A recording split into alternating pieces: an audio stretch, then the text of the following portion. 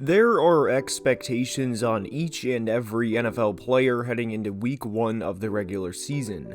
Some, like Patrick Mahomes, have very high expectations because of how damn good of a player he is, and there's a good chance he wins his second MVP this year.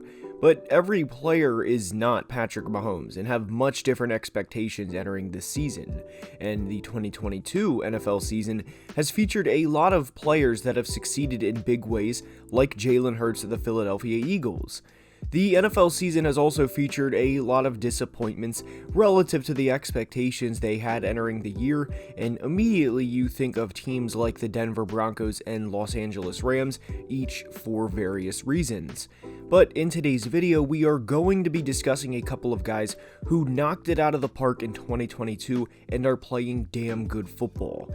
There are countless players that could be in today's video, and if someone you think is not in today's video, then there is a great chance they very easily could have been. And with that preface out of the way, let's begin. And we are going to start today's video with Raiders running back Josh Jacobs. Heading into 2022, Jacobs was viewed in a lot of ways as an average running back. Sure, he would have an occasional good game or even a few games span, but nobody could have predicted entering week 16 of the season that he would have a near 200-yard rushing lead in what will probably be his first career rushing title for the Raiders. He has 6 100-yard games in 2022 compared to just 2 in 2021 and is having a career year when he needs it most. He will be a free agent this offseason, and there is a lot of speculation the Raiders will franchise tag him, but Jacobs also provides an element to the receiving game, and not only will he more than likely win a rushing title, but he will more than likely have 2,000 yards from scrimmage too. Since being drafted back in 2019, Jacobs has amassed over 4,500 rushing yards and 39 rushing touchdowns. And naturally, when a running back is selected in the first round, there's going to be some pushback and some criticism with this pick. And to be fair, there was entering this year, as the Raiders did not pick up his fifth-year option for a player who had back-to-back seasons of averaging 3.9 yards per carry and 4.0 yards per carry. Insert the MJ I took it personally meme, and that in a lot of ways describes Josh's 2022 season, as he has averaged over 5 yards per carry and set career highs in every rushing statistic. Minus touchdowns, as his career high is 12 and he currently has 11, which we expect to change. The only thing you can point to with the year he's had is the pushback of his position and how he should not be paid, but for the sake of this video, Jacobs surpassed every expectation there was entering this year. I will be the first to admit, when choosing a rushing champion back in August, there's several players I would have chose before Jacobs, as I didn't think he had this type of year in him. Something else to note for Josh is over the past 2 games, he has had 99 rushing yards and 93 rushing yards, meaning he is a combined 8 yards from having 5 straight 100-yard games and 8 total on the season. Las Vegas has an extremely tough road to the postseason as they play at Pittsburgh, home against San Francisco, and home against Kansas City, and they may have some difficult decisions ahead of them as well. But Jacobs is 24 years old, and the decision to, at minimum, franchise tag him for 1 more year is not a hard decision. And there may be a holdout because Jacobs will probably want more guaranteed money due to the rough nature of his position, but for now, this is easily the best season a Raiders running back has had in a long time. And entering week 16, his season total of 1,495 rushing yards are more yards than a Raiders running back has had in any season this century. And from Las Vegas, we go to the Big Apple to discuss Jets defensive tackle Quinnen Williams. Quinnen is a former top 3 overall pick, and like a lot of defensive tackles, had a bit of a slow start to his career. His rookie season wasn't great, and it goes to show the NFL is a completely different beast than college football, as going up against the interior linemen of the NFL was a challenge for young Quinnen, and this is also a reason why defensive tackles and edge rushers usually take a couple of years to develop, and why it's such a big deal when someone like Micah Parsons bursts on the scene like he did in 2021. But Quinnen, like Josh Jacobs, was entering a pivotal year in his career, as he certainly wasn't a bust entering the 2022 season, and it's not like all of a sudden he's become worthy of a top 3 pick. As much as there was constant criticism of why would we draft a defensive tackle number 3 overall when the difference he makes isn't monumental. And for Quinnen, it also didn't help that Nick Bosa was the immediate pick before him, and Nick is a Defensive Player of the Year candidate, and he played a huge role in San Francisco going to the Super Bowl in each of their rookie seasons. But Quinnen in 2022 has played a big part in what is one of the best defenses in the NFL, and himself and corner Sauce Gardner are the future of this defense. The Jets are tied with the Ravens for 4th in the NFL in points allowed, and they're tied with Indy for allowing the 5th fewest yards per carry in the NFL. And a big reason is because of number 95 in the middle of the defense. He has an absurd 11 sacks, which is by far a career high, and has more than earned himself a contract extension. I have no idea what Quinnen's contract will look like, as defensive tackles are always tricky, but Chris Jones of the Chiefs was given a 4-year deal worth $80 million a couple of years ago, so at minimum, Quinnen's will be in this area if not more.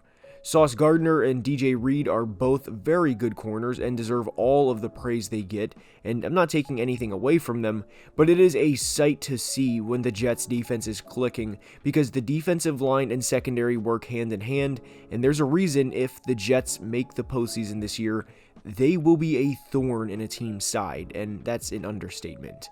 Nobody in the AFC is going into the tournament and saying, I want to face the Jets in round 1 of the playoffs because of how Robert Saleh has the defense playing, and that can largely be attributed to the big man in the middle.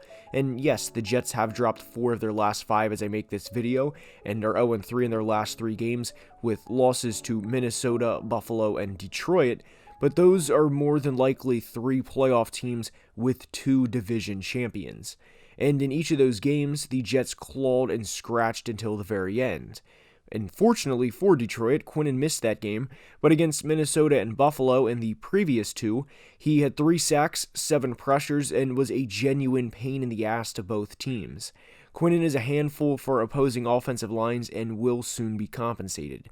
And by every definition in the book, he has exceeded expectations in 2022. We are heading back out to the West Coast for the next player, and I think he is the textbook definition of exceeding expectations, and it's Geno Smith of the Seattle Seahawks. Entering 2022, I thought Seattle was going to be a disaster after trading former franchise quarterback Russell Wilson.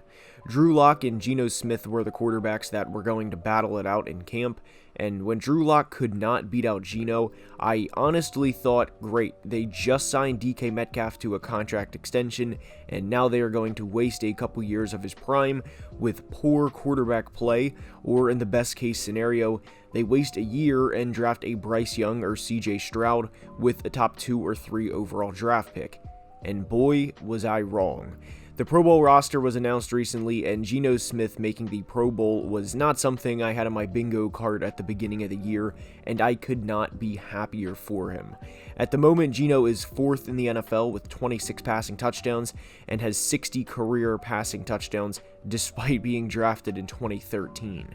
He is a big reason why the Seahawks are in striking distance of the postseason, and they have a decision to make in the next few months, and that's how much they are going to pay Geno, because if they don't, someone else will. Geno has 4 300-plus yard passing games and 3 passing touchdown games, and Seattle's future that once didn't look all that bright, due in large part to not having a definitive answer at the quarterback position, now looks very promising, and it's due in some part to Geno. I don't think even the biggest Seahawks fan could have pictured this type of season from Geno, as barring injury, they will have 2 1,000-yard receivers, as at the time of this video release, Tyler Lockett has 964 yards and DK has 924 on the year. And back to the comment of them having a top 2 or 3 draft pick, well, there's a good chance they have a pick in the top 5, and it's going to be from Denver's first-round pick, not their own, which is very shocking based on where we thought they would be a couple of months ago. Assuming Lockett gets 1,000 yards, this will be his 4th consecutive season going over 1,000, and it would be DK's 2nd season. Unfortunately, Seattle has lost 3 of their last 4 since coming off of the bye week, but rarely is it attributed to Geno. One of the losses was the Josh Jacobs 229 rushing yards with the big walk-off touchdown in overtime, and another was a loss to Carolina in which they gave up over 220 rushing yards as a team. These are unfortunate losses and something they will need to clean up this offseason. But for a franchise 4 months ago that was seemingly in a tough situation, they had an unreal draft class in 2022 and look to have a quarterback for the next couple of years in Geno Smith. Actually, excuse me, sorry guys, that's Pro Bowl quarterback Geno Smith.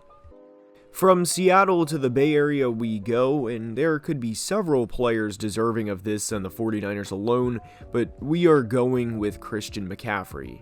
Christian was traded from the Carolina Panthers, and there was a ton of pressure on CMC to produce, and to produce right away.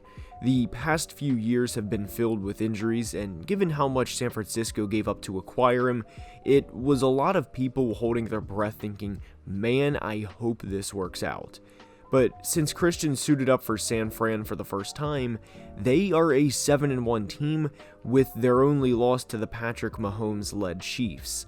And within these 8 games Christian has played for the 49ers, he has 880 total yards and would be on pace for over 1,800 yards of total offense for a 17-game season.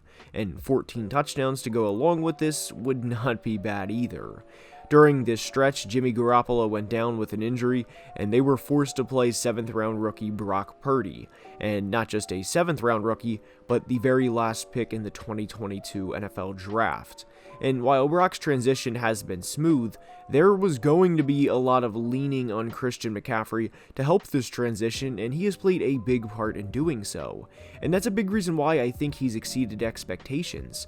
When he was traded from Carolina, everyone knew he was going to get a lot of touches, but how would he respond? And that was especially true when Jimmy G went down for effectively the year. I do think the 49ers are going to go to the Super Bowl, and a big part of that is their defense is the best in the NFL, and a defense that could have had their own spot in today's video, but the offense has to do their job, and they have, and then some. And at the end of the day, if the 49ers win a Super Bowl, no one is going to care what they gave up for Christian McCaffrey because it's not going to matter, because they got the ring. And in the past 5 games, their defense has given up a combined 47 points. So when opposing defenses know Christian is going to get the football, and for a player that's averaged over 20 touches per game in the last 5 games, and for a player who is labeled as injury prone and, oh, he's good for the 3 games a year when he actually plays, well, he's very much back, and he is the centerpiece of an offense of what could be a Super Bowl winning team. And he has exceeded expectations since returning to the Bay Area. And that's all I have for today's video. I hope you enjoyed. If you did, please like the video and subscribe to the channel, as it would mean the world. And until next time, as always, please be safe and have a great day. Love you guys.